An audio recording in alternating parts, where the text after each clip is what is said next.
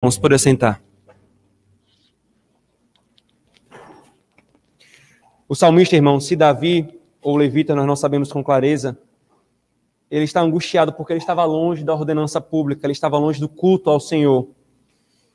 Como é diferente, irmãos, o anseio dos piedosos na Escritura Sagrada pelo culto, o que muitos em algumas igrejas têm tido, a situação pandêmica que nós passamos, têm preferido ficar em casa a cultuar ao Senhor. E a palavra de Deus nos mostra, irmãos, que esse momento que nós estamos vivendo aqui agora não é uma mera religiosidade, é uma coisa externalista. É um momento importantíssimo na vida da igreja, semanalmente repetido para a bênção do próprio povo de Deus, quando Deus se encontra pactualmente com o seu povo, irmãos. Abramos, portanto, queridos, a palavra do Senhor em 1 Coríntios, capítulo 1, versículo 30 e 31.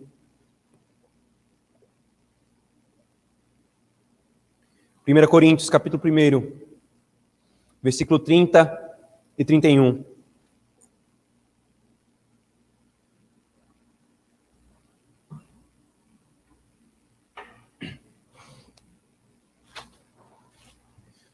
Diz assim, irmãos, a palavra do Senhor. Mas vós sois dele, em Cristo Jesus, o qual se nos tornou, da parte de Deus, sabedoria e justiça e santificação e redenção, para que, como está escrito, aquele que se gloria, glorie-se no Senhor. Amém. Oremos, irmãos, ao nosso Senhor. Ó Pai, como nós acabamos de cantando as palavras do Espírito Santo, Senhor, as palavras que Tu mesmo inspiraste, como nossa alma anseia, Pai, o culto, e não por outra coisa, Senhor, não por encontro social, embora também haja a comunhão dos santos, que é essencial para a nossa alma, mas não simplesmente porque nós veremos os nossos amigos, a galera, mas porque, Senhor, nós nos encontraremos contigo e nós teremos um encontro pactual contigo, Senhor. Nós ouviremos ao Senhor e falaremos a Ti. Nós confessaremos a Ti e receberemos de Ti o perdão dos pecados, Senhor. Nós derramaremos a nossa alma cantando ao Senhor e teremos ela recolhida por Ti, pela Tua palavra pregada a nós, Senhor. Que o nosso coração, Pai, esteja aberto do início ao fim a esta ocasião. Que Teu Espírito abra o nosso coração, Senhor, e nos faça crer na Tua palavra, e nos faça amar a Tua palavra, e nos faça ser transformados, Senhor, pela Tua palavra. Porque nós precisamos, Senhor, ardentemente de transformação, dia após dia, Senhor, sermos moldados e conformados à imagem de Teu Filho. Que o Senhor, então, seja bondoso conosco, seja misericordioso, Senhor. A nossa oração, Senhor, é confiado em Cristo, Pai. Confiados também na Tua promessa. Nós não estamos pedindo nada além, Senhor, do que Tu mesmo ordenaste que nós devemos pedir. Nós não estamos pedindo, Senhor, nada além do que Tu mesmo nos disseste que nos daria, Senhor. Por isso, tendo as Tuas promessas na nossa mão, nós apresentamos ela diante de Ti e pedimos, Senhor, fala conosco, edifica-nos, faz-nos amar ao Senhor cada vez mais, por meio da pregação da Tua palavra e da operação do Teu Espírito Santo em nós. Nós oramos em nome de Jesus. Amém. Queridos, o apóstolo Paulo, irmãos, ele escreve essa carta a uma igreja que estava na cidade, essa epístola é chamada Primeira Epístola aos Coríntios, porque esses irmãos dessa igreja residiam na cidade de Corinto. Era uma cidade, irmãos, do Império Romano, conhecida, chamada de cosmopolita, porque era uma cidade onde havia um fluxo muito grande de pessoas de diversas nações e regiões, era uma cidade comercial. Mas também, irmãos, era uma cidade extremamente idólatra e promíscua. Só para vocês terem ideia, o nível da promiscuidade dessa cidade, havia um ditado no Império Romano que quando você queria se referir a uma pessoa que vivia de uma forma promíscua, de uma forma ímpia, os próprios ímpios faziam referência àquela pessoa como ela vive a vida à la Coríntios. Ela vive a vida como um coríntio, porque era extremamente promíscuo aquela cidade, irmãos. E Paulo, querido, já havia escrito algumas cartas a essa igreja. Nós não sabemos, ou melhor, ele escreveu várias cartas a essa igreja. Nós não sabemos exatamente quantas. De certeza, nós temos essas duas aqui, que está no nosso cânon, que na providência do Senhor chegou até nós como epístolas inspiradas pelo Espírito Santo da pena do apóstolo Paulo. Mas alguns consideram de 1 a 3 epístolas a mais que Paulo tenha destinado a essa igreja. Porque, irmãos, essa igreja era extremamente problemática. A igreja que estava nessa cidade era extremamente problemática, irmãos. E problemas de ordem doutrinárias e de ordem moral. Por exemplo, doutrinariamente, irmãos, essa igreja tinha uma má compreensão dos dons do Espírito, da pregação, do casamento, do divórcio, da liberdade cristã, da ceia do Senhor, do batismo, do culto público, do apostolado e da ressurreição. Bem pouquinho problema doutrinário, né, que essa igreja tinha. Esses eram só os problemas doutrinários. Aí vem os problemas morais. Divisão partidária da igreja, briga, inveja, ciúme, desprezo de um irmão para com o outro, problemas de ordem sexual, crente participando de festas idólatras, irmãos processando outros irmãos, como nós vimos hoje na liturgia, junto aos tribunais civis, falta de disciplina eclesiástica com pecados públicos escancarados, associações íntimas de um crente com ímpios, como casamentos ou negócios muito próximos. Enfim, irmãos, os problemas eram muitos e gravíssimos. E essa igreja, irmãos, curiosamente, inversamente proporcional a isso, se achava extremamente espiritual. Ela se achava extremamente madura, porque ela tinha dons do Espírito. Mas no Novo Testamento, irmãos, talvez seja a carta mais imatura, seja a igreja mais imatura que é relatado, irmãos. Então, Paulo escreve a essa igreja para resolver todos esses problemas, ele vai tratar de um por um, irmãos. Mas antes dele fazer isso, irmãos, antes dele começar a tratar dos problemas, ele gasta um bom tempo no capítulo 1 e no início do capítulo 2, colocando a base do que ele vai falar, a base do que ele vai fazer. E essa aqui é a lógica, mais ou menos, do que o apóstolo Paulo faz em suas epístolas, irmãos. Ele primeiro coloca a base do evangelho, o que nós devemos crer, e então ele mostra as implicações do evangelho, o que nós devemos fazer para resolver os problemas daquela igreja. Ele sempre faz essa lógica. E não vai ser diferente aqui, irmãos. Ele vai trazer os fundamentos do evangelho e da obra de Cristo para resolver os problemas que essa igreja estava passando. Por que, irmãos, o apóstolo faz isso? Porque, como nós temos visto vez após vez, o evangelho é a base de tudo em nossa vida, irmãos. Não há uma só coisa que o evangelho de Cristo, irmãos, não seja base e fundamento para nós lidarmos na nossa vida. Então, queridos, no capítulo 1, desde o princípio do capítulo 1, o apóstolo Paulo ele fala 3 grandes verdades. O capítulo 1 ele pode ser resumido em 3 grandes verdades. A primeira, vocês estão unidos a Cristo. Ponto.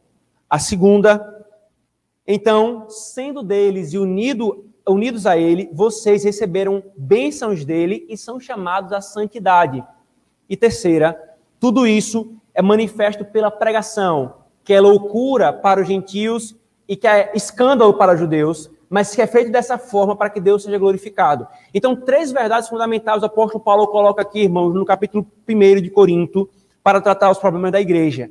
E então, nós chegamos aqui ao versículo 30 e 31, como que um resumo de tudo que o apóstolo Paulo vem falando no capítulo 1, irmãos. E que poderia ser muito bem aqui, queridos, não apenas um resumo literário do capítulo 1, mas um resumo do evangelho, irmãos. O apóstolo Paulo faz um resumo do evangelho. E aqui, irmãos, nesses 2 versículos nós veremos 2 coisas. Primeiro, a glória de Deus em sua obra de salvação. E segundo, como essa obra de salvação afeta a nossa vida. Como essa obra de salvação afeta a sua vida. É o que o apóstolo Paulo nos mostrará aqui, irmão. Então, primeiramente, a glória de Deus em sua obra de salvação. Queridos, em apenas 2 versículos, veja uma ênfase que o apóstolo Paulo dá aqui repetidamente. Versículo 30. Mas, eu vou ler aqui na NVI, tá bom, irmãos? Que a NVI ela faz umas ênfases interessantes. Mas, por iniciativa dele, é que estás em Cristo. Por iniciativa dele. E aí mais à frente ele repete, da parte de Deus, ele é tal coisa, Cristo é tal coisa para nós. E então no versículo 31, para que quem se gloria, glorie-se no Senhor. Então percebe, irmãos, a ênfase que o apóstolo Paulo dá aqui nesse texto. Vós sois dele em Cristo Jesus, os quais se tornou da parte de Deus, aquilo que ele vai falar. E depois tudo isso para quê? Para que quem se glorie, glorie-se no Senhor. Então, irmãos, o tempo todo o apóstolo Paulo, aqui nesses 2 versículos, ele enfatiza uma coisa que ele deixou claro no versículo 29. Veja, por favor, o versículo 29. Ele falou tudo o que ele falou sobre a obra de Cristo e a pregação e concluiu dizendo o propósito do porquê que essas coisas são assim. Versículo 29, a fim de que ninguém se glorie na presença de Deus. Por que que o evangelho é como é? E por que que o meio pelo qual Deus chama os homens é a pregação? Para que ninguém se glorie diante do Senhor. E aqui, então, ele vai e coroa essa doutrina, irmãos, esse ponto de que o que Deus faz é para a sua glória, quando ele diz, é porque é da iniciativa dele. Ora, a pregação, ele vinha falando, ela é loucura para uns e escândalo para outros. É loucura para os gentios que procuram racionalizar todas as coisas e julgar a revelação de Deus pela razão. Não faz sentido. Deus imutável tornar-se homem e morrer na cruz. Isso não faz sentido algum. Os judeus, Jesus Cristo de Nazaré, filho de Maria, é o Cristo, é o Deus encarnado entre nós e morreu fraco dessa forma, humilhado dessa forma. Isso é escândalo. Mas então o apóstolo Paulo fala, não é loucura e não é escândalo. Para os que estão sendo salvos, é poder de Deus para a salvação daquele que crê. Os coríntios, irmãos, tal qual alguns gentios não convertidos, ele provavelmente esperavam, por terem crescido numa cidade extremamente ímpia e que tinha uma admiração muito grande pela sabedoria humana, pela filosofia grega, a filosofia que é construída na autonomia da razão humana e desprezando a revelação de Deus, eles esperavam mais retórica, eles esperavam mais filosofia, eles esperavam coisas mais bonitas e rebuscadas na pregação do evangelho. Contudo, irmãos, a pregação do evangelho era apenas cruz, um Cristo crucificado e ressurreto, que morreu e ressuscitou para a glória de Deus Pai e para a glória da sua própria obra, irmãos. Para que tudo isso é dessa forma, irmãos? O apóstolo Paulo fala, para que somente Deus seja glorificado. É como se Paulo estivesse dizendo assim, irmãos, aquilo que eu já falei diversas vezes para a igreja, essa coisa simples, sem muita pompa, um homem de pé diante de uma congregação, proclamando Deus, proclamando a obra de Cristo, tudo isso é dessa forma, sem glória externa, para quê? Para que a glória seja dada apenas a Deus. Esse meio da salvação é tão simples e rudimentar, para que ninguém coloque a sua confiança em outra coisa, senão na mensagem desse meio, senão nessas coisas. É exatamente para que Deus seja glorificado, o apóstolo Paulo está falando. O homem, irmãos, não pode se gloriar diante de Deus, não é pela sabedoria do homem, não é pela retórica humana, não é por sua capacidade, não é por seu poder de decisão, não é por seu poder de escolha, de escolher ou não a Deus. A glória é toda de Deus, porque tudo que Deus fez para que seja dessa forma, irmãos. Então o apóstolo Paulo, no versículo 30 e 31, ele fecha esse raciocínio e vai aprofundar o porquê que o homem não pode se gloriar diante de Deus, irmãos. E por que não? A resposta é simples. Veja o versículo 30, na NVI ela traduz melhor, irmãos. Ele diz, é por iniciativa dele e da parte dele que vocês estão em Cristo. É por iniciativa de Deus e da parte de Deus que vocês estão em Cristo, o apóstolo Paulo fala. É por isso, irmãos, que o homem não pode se gloriar diante de Deus no Evangelho, porque não há espaço para a glória humana, para a atividade humana na salvação. Ele diz, é por iniciativa dele. Ele repete, é da parte dele que vocês estão unidos a Cristo. O Evangelho, irmãos, isto é, a obra de Cristo, a sua encarnação, o seu ministério, a sua morte, o seu sepultamento, a sua ressurreição, a sua exaltação, o derramamento do Espírito Santo e a aplicação de todos os benefícios de Cristo, irmãos, que ele comprou na cruz. Isso tudo, irmãos, não vem de nós. Isso tudo vem de Deus para que apenas ele seja glorificado. E o que é interessante, irmãos, é que explicitamente o Novo Testamento fala isso. Mas de uma forma narrada, o Antigo Testamento fala isso. Todos os personagens, irmãos, com quem Deus teve um relacionamento no Antigo Testamento, um relacionamento redentivo, um relacionamento pactual, todos eles foram iniciados por Deus. Deus cria o homem, e é Deus que chama o homem e estabelece um pacto com ele. O homem se rebela contra Deus, e é Deus que vai até o homem para firmar um novo pacto. Abraão estava em Ur dos Caldeus, idólatra. Deus vai até Abraão e chama ele. Isaac, Jacó, todos os homens, todos os crentes na antiga aliança, irmãos, foi iniciativa de Deus que ele foi até o homem. Ele não perguntou, você quer? Você me aceita? Você não me aceita? Estou batendo na porta do seu coração. Não. Vem. Eu estou iniciando esse relacionamento. Eu estou te arrebatando para mim. É por iniciativa minha e da minha parte que eu faço isso.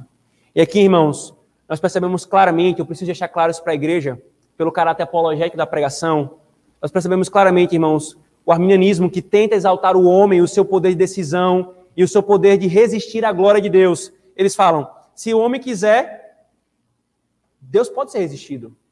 Deus chama o homem, mas o homem pode falar, não quero Deus. E a eleição não é Deus que escolhe o homem, é o homem que escolhe a Deus. É o homem que pode decidir ou não se quer a Deus. O apóstolo Paulo está falando diferente disso, irmãos. Não tem nada que envolva a participação humana nisso. É por iniciativa dele que vocês estão em Cristo. Deus fez Cristo isso para vocês, para que quem se glorie-se no Senhor. O tempo todo aqui, irmãos, nós somos passivos, somos alvos da obra de Deus, somos alvos da graça de Deus. E reiteradamente o apóstolo Paulo fala, por que é dessa forma? Para que ninguém se glorie diante de Deus. Porque se fosse o contrário, irmãos, se fosse o contrário, nós poderíamos falar, Senhor, tem uma partezinha que é minha glória aí, Senhor. Porque veja, se depender de mim eu ser salvo, eu aceitar o Senhor não, e eu aceitei, então pelo menos essa partezinha é minha aí, Senhor. Não, irmãos. Perceba que isso não é periférico, queridos. Como também não é periférico, irmãos, o romanismo que coloca o homem como colaborador de Deus na salvação. Deus faz uma parte. Agora te vira, faz o resto. Porque se tu não fizer o resto, tu vai pelo menos para o purgatório, para lá tu terminar fazer o resto a pulso. Não há, irmãos, espaço para a glória humana aqui, irmãos. Aqui, queridos, com esses dois erros e heresias, está em jogo o evangelho. Aqui, irmãos, está em jogo o consolo de nossas almas, irmãos. Aqui está em jogo, queridos, a glória de Deus. É por iniciativa dele que vós estáis em Cristo, o apóstolo Paulo diz. O Cristo que veio da parte de Deus para que vocês não se gloriem em si mesmos, para que vocês se gloriem em Deus, para que vocês não procurem nada em vocês mesmos, fundamento de glória, fundamento de consolo, fundamento de segurança, mas em Deus, do início ao fim. Portanto, irmãos, entendamos isso. O Evangelho não dá espaço para a glória do homem, nem na execução da salvação, nem na finalidade dela, nem no propósito primário da salvação, como alguns falam, né? Deus fez o que fez com o Evangelho para mostrar como que o homem é valioso. Não, irmãos. Obviamente que a obra de Cristo mostra o valor, quão preciosa é a igreja de Cristo para ele. Isso não exclui esse ponto, irmãos. O problema é como que os homens invertem isso. Normalmente os coaches invertem isso, né? E algumas músicas gospel. Eles colocam como se todo o universo girasse em torno de nós mesmos, para mostrar que nós somos valiosos. Não, irmãos. Tudo que Deus faz, o propósito principal do que Ele faz é a sua glória, a honra do seu nome. E secundariamente, terciariamente, é mostrar que Ele ama o seu povo. E aí, nisso, glorificar o seu amor, glorificar a sua graça. Mas não é o ponto nos glorificar a nós mesmos, mostrar que nós temos glória em nós mesmos, que nós éramos dignos do seu amor. Não, irmãos. Ele faz o que faz, o Evangelho é o que é, irmãos, para exaltar e restaurar a glória de Deus, que foi maculada pelo pecado. Nisso, irmãos, ele mostra como que seus eleitos são preciosos para ele. Nisso, ele mostra como que ele se levanta contra os inimigos da sua igreja, porque a sua igreja é a menina dos seus olhos, sim. Mas esse não é o ponto central do Evangelho. Não invertamos as coisas. É como, irmãos, o que nós professamos. Qual é o fim principal do homem? É glorificar a Deus e alegrar-se nele para sempre. E é essa ordem, assim tem que ser. Não é alegrar-se em Deus e depois glorificar a Deus. Porque o fim último não é nós primeiro e depois Deus. O fim último é Deus e, por consequência, nós. A mesma coisa é o Evangelho, irmãos. Nós não iríamos, irmãos, a Deus se Deus não fosse até nós, queridos. Nós jamais daríamos um passo na direção de Deus se Deus não viesse até nós e nos puxasse para si, queridos. Nós nunca escolheríamos a Deus. A Escritura, irmãos, usa diversos termos para mostrar quem nós éramos. Nós éramos, o apóstolo Paulo fala, inimigos de Deus, amantes dos prazeres carnais, seguidores de Satanás, filhos do diabo, filhos da ira, ímpios. Irmãos, uma pessoa que lê o Novo Testamento, a Escritura falando isso acerca de nós, e ainda sustentar que nós é que vamos até Deus, que se nós não dermos oportunidade para Deus, Deus nada pode fazer, irmãos, não conhece o Evangelho. Se Deus não tivesse ido até nós, irmãos, nós jamais seríamos salvos. Nós jamais iríamos até Ele, irmãos. Se Ele não tivesse vindo até nós, nós nunca iríamos até Ele. Que espaço, então, irmãos, há de glória para o homem nisso? Com isso, irmãos, o apóstolo Paulo fecha o raciocínio citando Jeremias 9:23. Essa citação, quando ele fala assim, versículo 31. para que, como está escrito, aquele que se gloria, glorie-se no Senhor. E essa expressão, irmãos, ele tira de Jeremias 9:23, que fala exatamente isso. E no contexto de Jeremias, irmãos, veja que interessante, o apóstolo faz uso do texto aqui exatamente na ideia do seu contexto. O contexto de Jeremias, irmãos, é o Senhor repreendendo aqueles que se orgulham e confiam na sua sabedoria, na sua força e na sua riqueza. Em suma, aqueles que se gloriam em si mesmos e naquilo que é de valor para o homem. Glória, sabedoria carnal e riquezas. E aí, o Senhor repreende Israel por meio do profeta Jeremias, dizendo: quem quer se gloriar em alguma coisa, não se glorie nessas coisas passageiras e pueris. Glorie-se no Senhor. Coloque a sua glória no Senhor. Se alegre nele. Por isso, irmãos, o apóstolo Paulo pega essa repreensão e aplica aqui, mostrando que só há glória para nós se essa glória for no Senhor. Isto é, se ele for glorificado. É nele, irmãos, e nisso que nós nos gloriamos. Por isso, queridos, algumas coisas aqui são importantes para nós nesse primeiro momento. Qual é a visão que você tem do Evangelho? Você o vê como um caminho para a solução de todos os seus problemas financeiros? Você vê o Evangelho como um palanque que te coloca no centro do universo para massagear o teu ego, para dizer que você é importante? Ou você vê o Evangelho como ele realmente é? A glória de Deus do início ao fim. Como você vê o Evangelho? Amado, veja o Evangelho como a mais linda história de amor de Deus com o seu povo, na qual Deus restaura a sua glória por amor de seu nome e demonstrando amor ao seu povo. É isso que é o Evangelho, irmãos. No que você tem se gloriado, então? Glorie-se nas coisas desse mundo, como riqueza, poder, sabedoria humanista, habilidades, capacidade, admiração dos homens. Glorie-se nisso. E você estará se gloriando nas coisas erradas. Junte uma sacola cheia dessas coisas. E quando ela passar pela provação do dia final, ficará só pó na sua mão. Mas glorie-se na glória de Deus, que é manifestado no Evangelho, e você será agradável ao Senhor. Essas coisas serão queimadas pelo fogo, elas permanecerão para a eternidade, porque você não está acumulando coisas passageiras e pueris, mas é a glória do Senhor em quem você está se colocando, na qual você está se guardando. É nela que você se gloria. A glória, ser de Deus e somente de Deus, irmãos, nos traz consolo.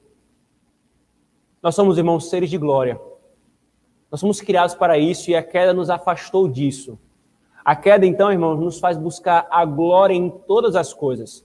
Gênesis 4, 5, 6, até Gênesis 11 mostra isso. Que nas duas descendências, aquela que creu em Cristo e aquela que não creu em Cristo, a que não creu em Cristo buscou ardentemente a glória do seu próprio nome. Como nós vemos o ápice de tudo isso. Gênesis capítulo 4, Caim e seus descendentes construindo cidades e colocando nelas o seu próprio nome. Em contraste, enquanto a narrativa de Gênesis nos mostra os filhos de Deus, os piedosos, o que mais marca é eles adoravam o Senhor, eles invocavam o Senhor, eles cultuavam o Senhor, enquanto os homens e eles colocavam o nome da cidade, o seu próprio nome, até que chega em Babel, a rebelião máxima contra o Senhor, enquanto claramente eles falam: vamos e construamos uma torre e façamos o nosso nome conhecido em toda a terra. O que é que esses homens estavam buscando, irmãos? O que é que o homem natural, irmãos, o que é que nós buscávamos sem Cristo? A glória do nosso próprio nome, o nosso castelo, o nosso reino aqui nessa terra. Mas no Evangelho, irmãos, o Senhor fala: não é nessas coisas que você busca a sua glória. A glória verdadeira para a qual eu te criei é em mim. É gloriar-se em mim. Aquele que se gloria no Senhor não encontra espaço no coração para gloriar-se em si mesmo ou no mundo. E como isso afeta, irmãos, a nossa vida? Veja, de duas formas. A primeira, queridos, diz respeito à união com Cristo. Veja o que o apóstolo Paulo fala no versículo 30. Ele diz, irmãos: mas vós sois dele em Cristo Jesus, vós sois dele em Cristo Jesus. Irmãos, quando o apóstolo Paulo ele fala que por iniciativa dele, aí ele fala, vós estáis em Cristo.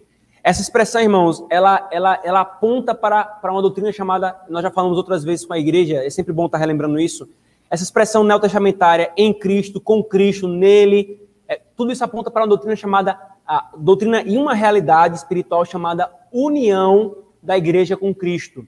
Espiritualmente, a igreja de Cristo está unida a ele. Por isso que as imagens neotestamentárias, irmãos, Cristo é o cabeça e a igreja é o seu corpo. Cristo é a videira e a igreja são os ramos. Sempre Cristo é o fundamento e a igreja é o prédio. Sempre essa ligação de união inseparável, de dependência de algo, de uma coisa principal. Então, o ramo da videira, a cabeça, né, o corpo da cabeça, então, sempre essa união. E o que o apóstolo Paulo está falando aqui, irmãos, é exatamente que Deus nos uniu a Cristo. A doutrina da união com Cristo, irmãos, é a base do evangelho. Por exemplo, Efésios capítulo 1, versículo 13 a 14, Paulo ele discorre sobre a obra da salvação do Deus Trino, sempre associando a Trindade, a Trindade operando a salvação pela união com Cristo. E ele vos predestinou em Cristo. E o Deus Filho encarnou e operou a redenção de vocês em Cristo. E o Espírito Santo aplicou e selou a redenção em Cristo. O apóstolo Paulo fala, vocês estão assentados nas regiões celestiais com Cristo.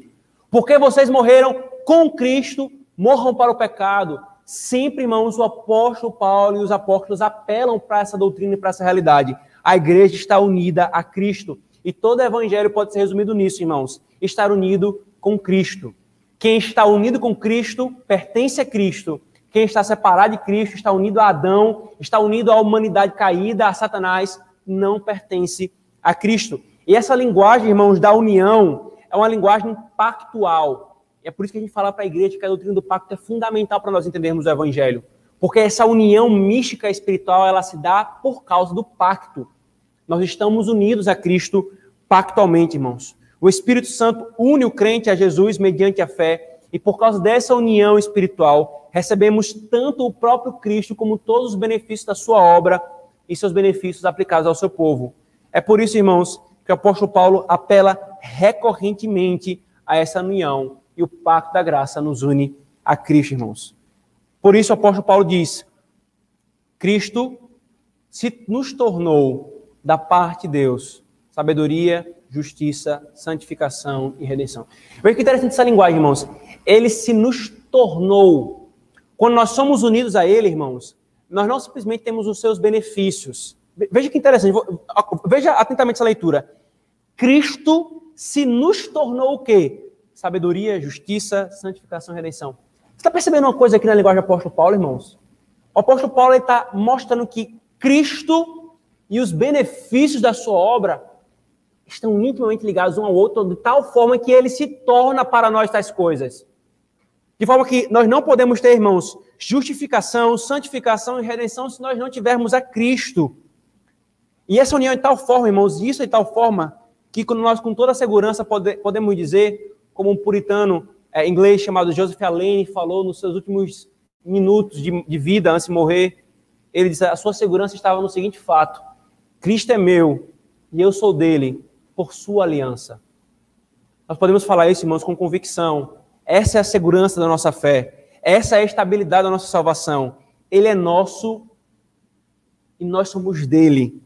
Nós estamos unidos a ele. Estar unidos a Cristo, irmãos, é o oposto de estar unido a Adão.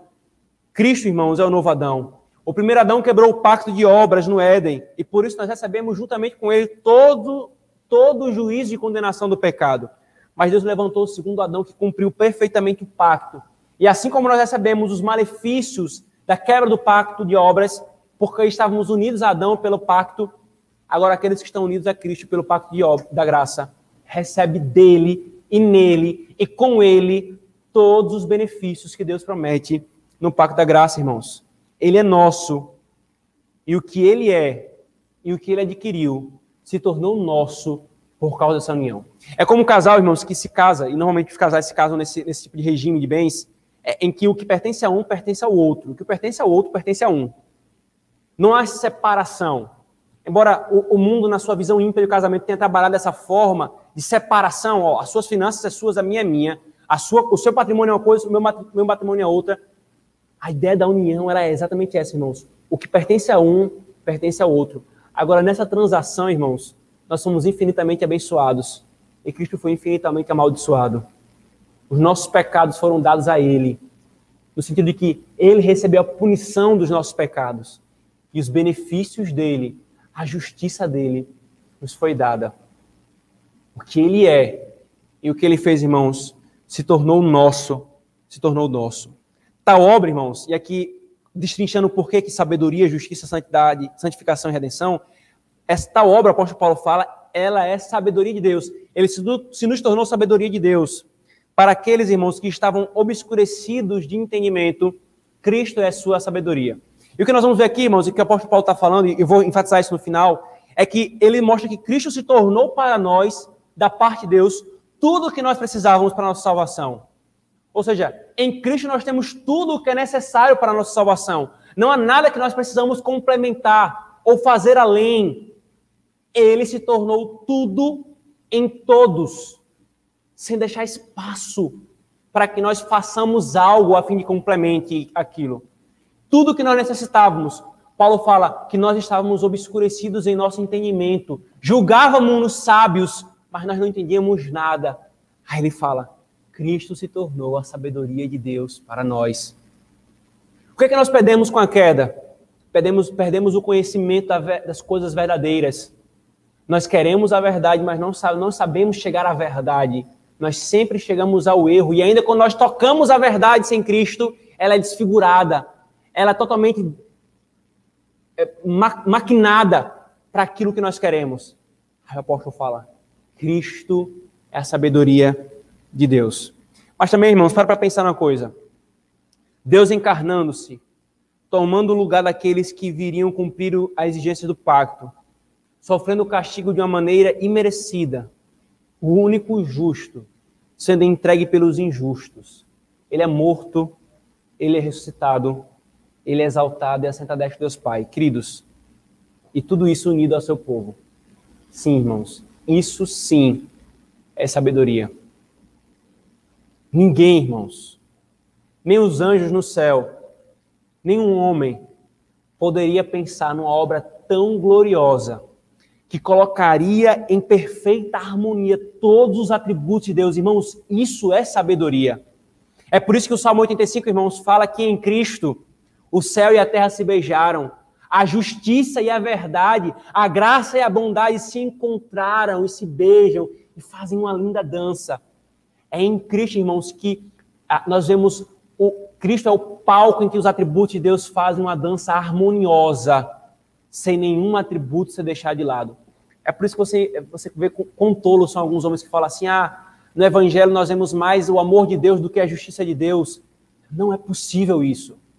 O Evangelho é exatamente para satisfazer a justiça de Deus. E o Evangelho manifesta o amor de Deus. Uma coisa não está separada da outra, não é um mais do que o outro. O Evangelho é exatamente os atributos de Deus, sabiamente, harmoniosamente operando para a sua glória. É isso que é o Evangelho. Por isso que o apóstolo Paulo fala, ele se tornou sabedoria de Deus para nós. Porque nenhum de nós, nem um anjo mais excelente, poderia pensar numa obra de redenção tão gloriosa, tão perfeita, tão majestosa. Os coríntios, irmãos, estavam em um lugar do mundo romano onde a sabedoria humana era extremamente valorizada. E muitos desses crentes eram tentados a considerar essa ímpia sabedoria como a verdadeira sabedoria. O que o apóstolo Paulo quer deixar claro, irmãos, e se depois você puder ler hoje no dia do Senhor, o capítulo 1 e o capítulo 2 de Coríntios, você vai perceber o quão fortemente o apóstolo Paulo coloca o contraste entre a sabedoria do mundo, a sabedoria que os homens buscam conhecer o mundo e a si mesmos longe de Cristo, e a sabedoria em Cristo. E ele mostra, irmãos, exalta que Cristo é a verdadeira sabedoria, e que por mais que Deus, por sua graça providente, tenha dado verdades aos ímpios, a verdadeira interpretação do mundo só é possível por meio de Cristo, irmãos. Sem ele não há verdadeira sabedoria. E aqui, irmãos, fica claro uma coisa que a fé reformada prega com muita clareza. Cristo não veio apenas salvar um povo para si. Ele veio também fazer isso. mas Cristo veio restaurar a criação que foi corrompida. Então o evangelho, irmãos, não afeta simplesmente a nossa vida espiritual, a nossa eternidade. O evangelho afeta a maneira como nós lidamos com todas as coisas agora na nossa vida. Nos nossos relacionamentos, as ciências, a política, a economia, a educação, tudo isso tem que ser balizado, regulado e julgado pelo evangelho, irmãos. Porque Cristo não é simplesmente justiça. Cristo não é simplesmente santificação. Cristo é sabedoria. Em todas essas coisas, justiça, santificação e redenção são permeadas pela sabedoria de Deus, irmãos. Em resumo, em Cristo temos a plena revelação de Deus. Em Cristo temos a correta interpretação do mundo, a saber, das artes, da ciência, da política, da economia, do trabalho, da família, da igreja, da alma, das relações, do comércio, tudo, irmãos. Tudo. Ele se tornou sabedoria de Deus para nós. Essa sabedoria, irmãos, isto é Cristo. Paulo contrasta, como falei, com a sabedoria e com os que amavam a sabedoria humana e buscavam nela a redenção. E aqui, irmãos, não é outra coisa, igreja. Por favor, não se engane, igreja. O que nós temos vivido em nossos dias é uma busca desesperada dos homens ímpios por redenção, por meio da sua própria sabedoria. Toda ideologia política, irmãos, toda visão social, ela parte por um pressuposto. Queremos estabelecer o Éden na Terra sem um Cristo que nos leva de volta ao Éden. Ou você nunca ouviu? Se todo mundo tivesse educação, se todas as pessoas tivessem acesso à educação, o mundo seria muito melhor. Se os homens chegassem a um nível de ciência tal, eles erradicariam a fome. Não haveria mais guerra. Aí o século XX vem e aparece para a humanidade, em que o homem atingiu o ápice do seu desenvolvimento tecnológico e científico. E o que foi que constou no século XXI? 2 grandes guerras, genocídios atrás de genocídios, as mais perversas ideologias matando e destruindo economias, nações e pessoas. A busca da sabedoria do homem para entender a si mesmo, interpretar-se a si mesmo, uma confiança exacerbada em si, buscando redenção. Irmãos, não se enganem. Toda filosofia autônoma de Cristo, ela busca isso, redenção do homem, trazer salvação para o homem, trazer esperança para o homem sem Cristo, como quem diz, você não precisa de Cristo para viver bem. Você não precisa de Cristo para ter o céu na terra. Você não precisa de Cristo, da obra dele, para se interpretar, para interpretar o mundo. Vocês lembram que alguém falou isso antes? A serpente. Por isso, irmãos, o apóstolo Paulo fala para esses coríntios, vocês estão procurando a sabedoria dos homens ímpios. Cristo é a sabedoria. Você quer interpretar a criação? E veja, irmãos, o apóstolo Paulo não está dizendo assim, fuja da criação. Como que diz assim, você só precisa entender teologia. Não é isso, irmãos, de forma alguma. Mas está dizendo qual é a chave hermenêutica para interpretar essas coisas. Qual é a base de tudo isso? É Cristo e a sua obra. É Cristo e a sua obra. Eu pergunto então, meu amado, onde você tem buscado a sabedoria para a salvação e para lidar com todas as áreas da sua vida? É extremamente preocupante, irmãos, ver cristãos que têm buscado diversas filosofias fundamentadas na razão autônoma, que está em rebeldia ao Senhor. Isso na teologia, isso na vida. E então, irmãos, com muita dor se vê crentes papagaiando, e a palavra é essa, papagaiando a visão ímpia e iníqua dos homens. Visão que por trás está uma rebelião e rebeldia contra Cristo. Eles não percebem. Estão trabalhando e militando para estabelecer o reino de outro, não o reino do seu Cristo. Eles não percebem, porque esqueceram de uma coisa. Cristo, como uma expressão que se usa no meio da teologia, Cristo não é simplesmente o Cristo eclesiástico. Cristo é o Cristo cósmico. Ele afeta o mundo. Ele é a sabedoria de Deus. A sabedoria de Deus, irmãos, Cristo, a correta interpretação da sua palavra, já não são suficientes para moldar a maneira como nós devemos interpretar o mundo e transformar as coisas. A sabedoria de Deus, irmãos, Cristo e a correta interpretação da sua palavra já não é suficiente para moldar minha visão política, minha visão de educação, de justiça, de sociedade, de família, de igreja, de economia, de sexo, dos dilemas da minha alma, de tudo. Mas o apóstolo Paulo está falando, o Evangelho diz, Cristo é a sabedoria de Deus, o ponto de partida, a chave hermenêutica, os elementos essenciais, o juiz que julga todas as coisas, está em Cristo, irmãos. Mas também, irmãos, o apóstolo Paulo nos diz outras coisas com relação a essa sabedoria. Algumas versões colocam justiça, santificação e redenção como explicações do que são sabedoria. Outras colocam elas separadas. Penso que a melhor leitura do texto são elas separadas, sabedoria como sendo 4 coisas distintas e não as 3 últimas explicando a sabedoria. Porém, irmãos, de uma forma muito natural, também as 3 últimas são aplicações diretas a nós, nossa salvação, né? A sabedoria afetando toda a nossa vida, a justiça, a santificação e redenção, como benefícios da obra de Cristo comunicadas para que nós sejamos aceitos na presença de Deus. Então vem esses benefícios da nossa união com Cristo, irmãos, que são esses 3: justiça, santificação e redenção. E essas são as implicações, irmãos. Mas 3 implicações e benefícios e deveres para nós que vem dessa união com Cristo, irmãos. Paulo diz que esse Cristo que é nosso, ele diz também que a sua justiça, a sua santificação e a redenção também são nossas. Ele se tornou tais coisas para nós. E aqui vem aquela linguagem que nós destacamos no início, irmãos. Não é simplesmente Cristo e os seus benefícios. Cristo e a sabedoria, a justiça, a santificação e a redenção. Mas Cristo são essas coisas para nós. Elas são inseparáveis. Não tem como separar tais coisas de Cristo, irmãos. Sabe o que Paulo está dizendo para nós, irmãos? Que tudo na vida cristã, em nossa salvação e condução da nossa vida, nos é dado em Cristo. E ele já havia falado isso, irmãos, no versículo 4 e 5 do capítulo 1. Tudo que nós necessitamos nos é dado em Cristo. Matthew Henry, irmãos, um presbiteriano inglês, puritano da 3ª geração, ele faz um comentário muito, muito elucidativo aqui, que é útil para nós. Ele diz, tudo que temos, o temos de Deus em e através de Cristo como um canal condutor. Deus o fez para nós, sabedoria, justiça, santificação e redenção. Tudo o que precisamos e o que podemos desejar. Somos todos ignorantes e cegos em relação às coisas de Deus, com todo o nosso conhecimento arrogante.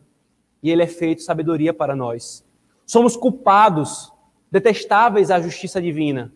E ele é feito justiça, nossa grande redenção e sacrifício. Somos depravados e corruptos. E ele é feito santificação, a primavera da nossa vida espiritual. A parte dele, o cabeça, ele é a santificação. Ela é a santificação, é comunicada a todos os membros de seu corpo místico por meio do seu Espírito Santo.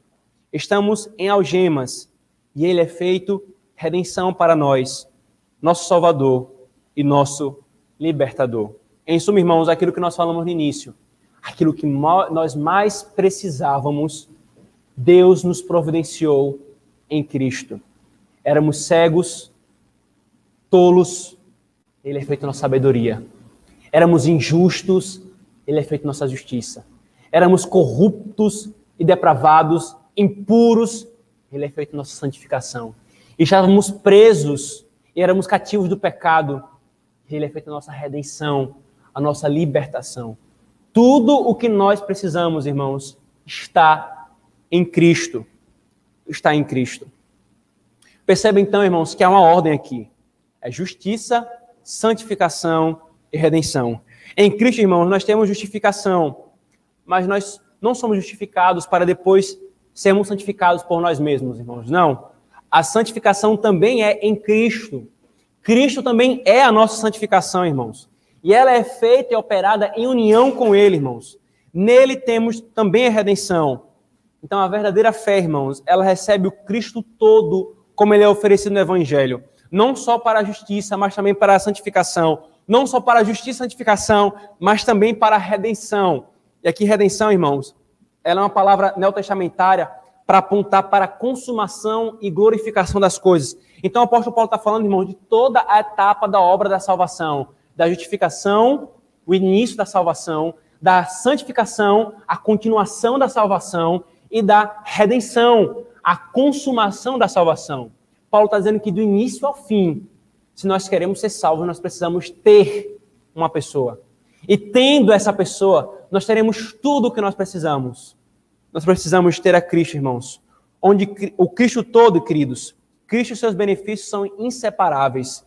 E isso é para que nós saibamos que nós não podemos ter tais benefícios sem ter Cristo. E tendo Cristo, nós temos tais benefícios. E aqui, irmãos, cai por terra a ideia de que alguém pode ser salvo se não abraçar o Cristo verdadeiro, como ele é pregado na palavra, irmãos.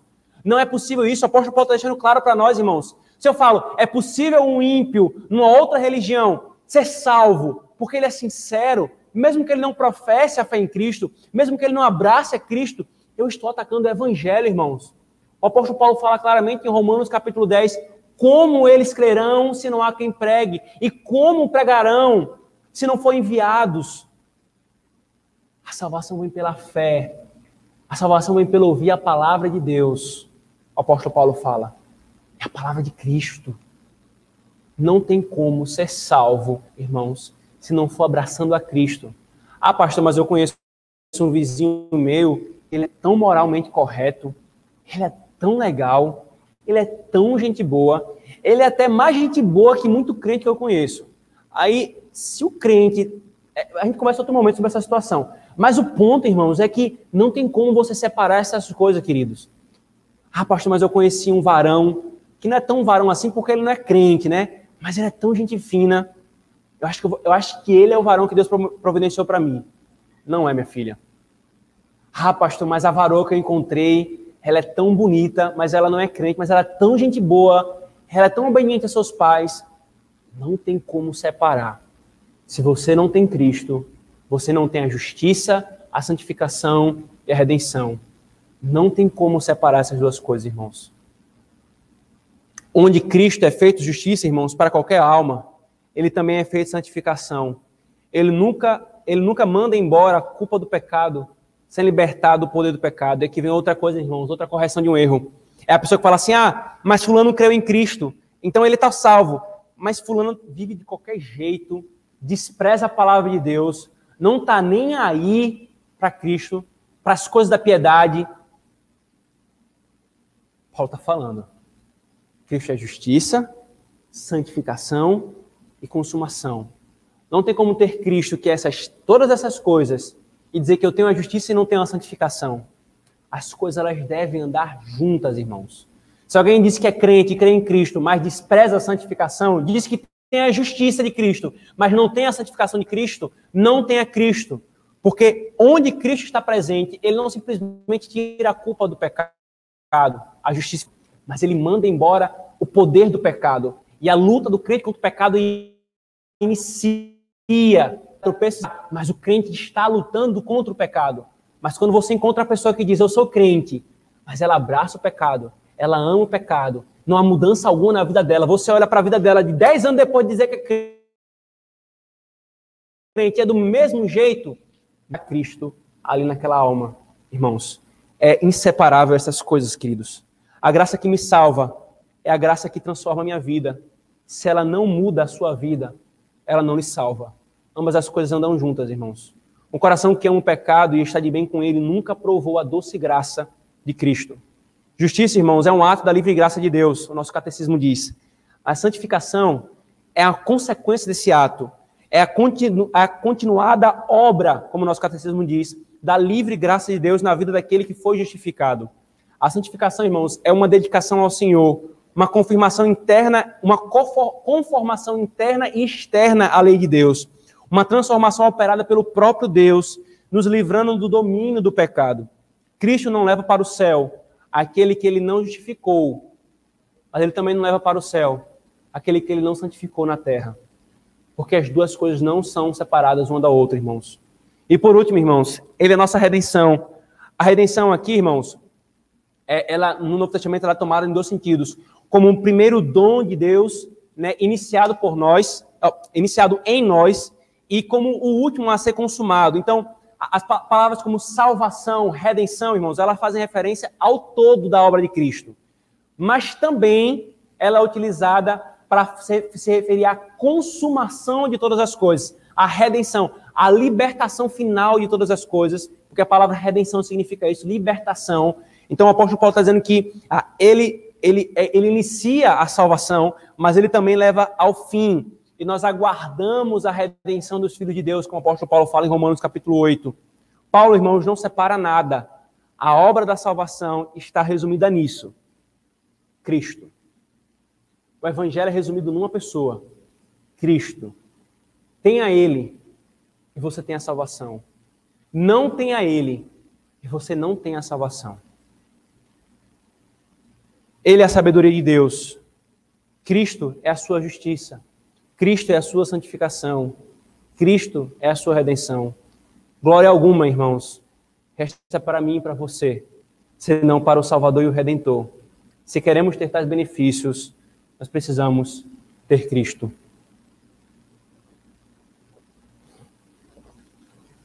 Por isso, se você não crê em Cristo, entenda isso. Você necessita do Senhor.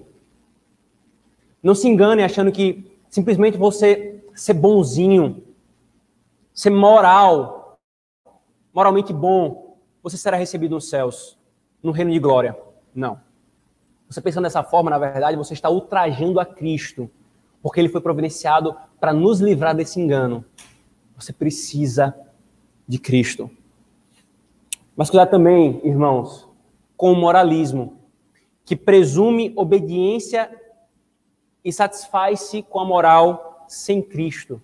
Embora, irmãos, civilmente é melhor uma sociedade moralizada do que uma sociedade imoral, civilmente é melhor uma sociedade conservadora do que progressista, isso não é suficiente, irmãos, e não nos enganemos.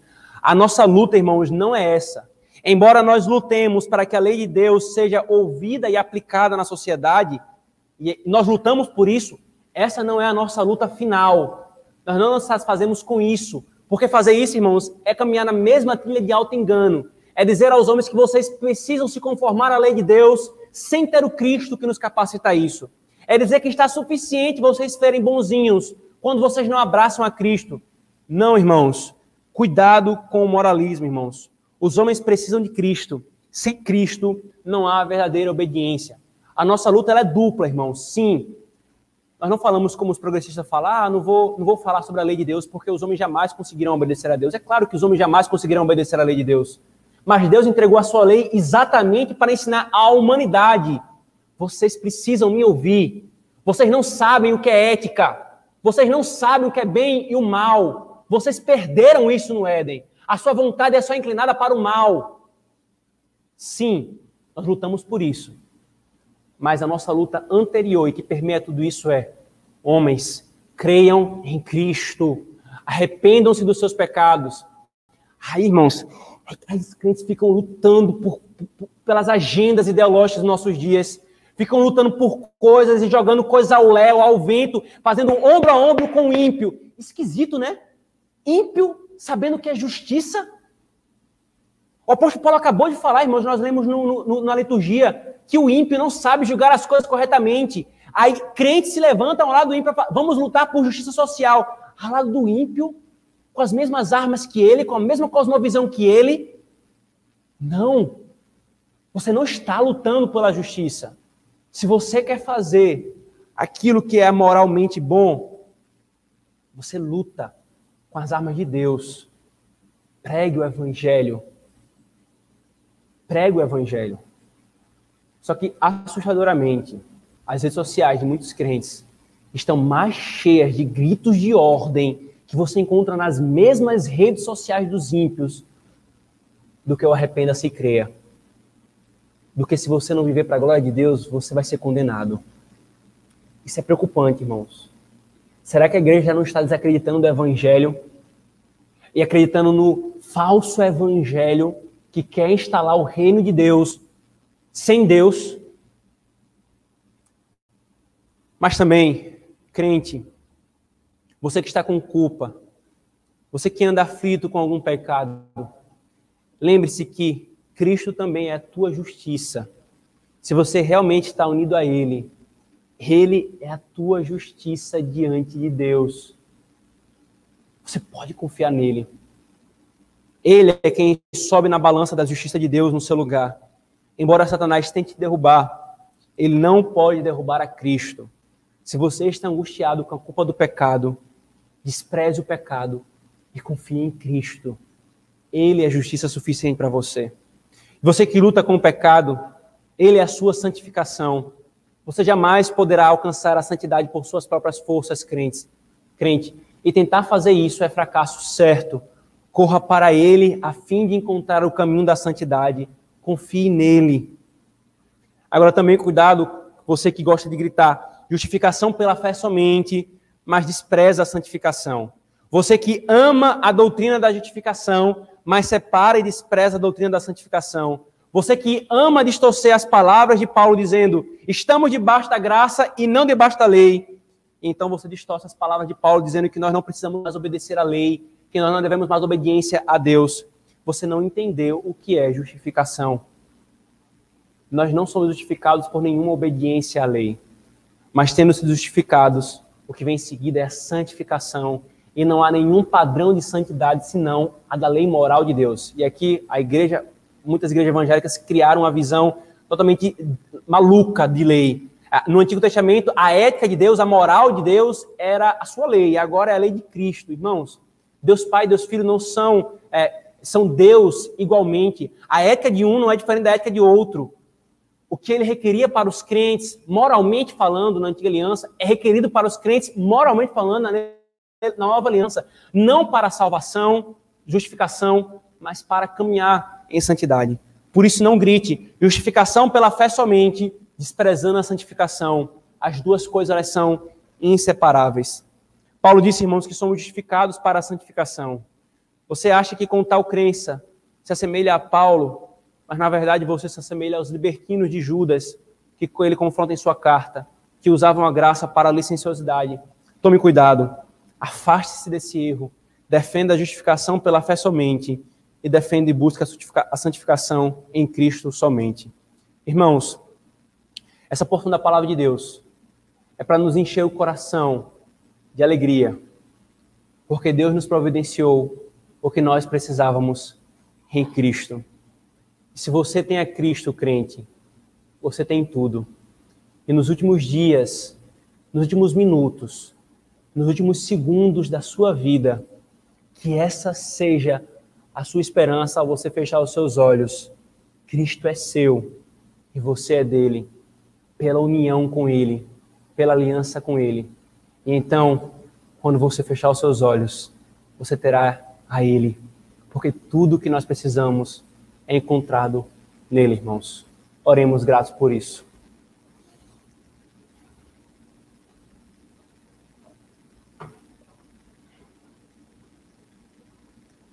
Senhor Deus, bendito seja o Senhor, que nos providenciou todas as bênçãos espirituais nas regiões celestiais em Cristo Jesus. Porque, Senhor, nós éramos tolos, incautos e totalmente cegos, Senhor, com relação à verdade, ao mundo. Cristo é a nossa sabedoria. Nós éramos totalmente desprezíveis na Tua justiça, Senhor, injusto. E Tu tornaste Cristo, Senhor, a nossa justiça. Nós éramos, Senhor, depravados, corrompidos, sujos pelo pecado. E Tu fizeste de Cristo a nossa santificação. Estávamos presos pelo pecado, Senhor. E Tu nos fizeste Cristo a nossa redenção. Ó Deus, bendito seja o Senhor. Louvado seja o Senhor por nos ter providenciado um Cristo tão completo, Senhor, que nós não busquemos nenhuma outra coisa além dele. Nada fora dele. Nenhum outro Cristo, Senhor, além do Cristo que Tu nos providenciou.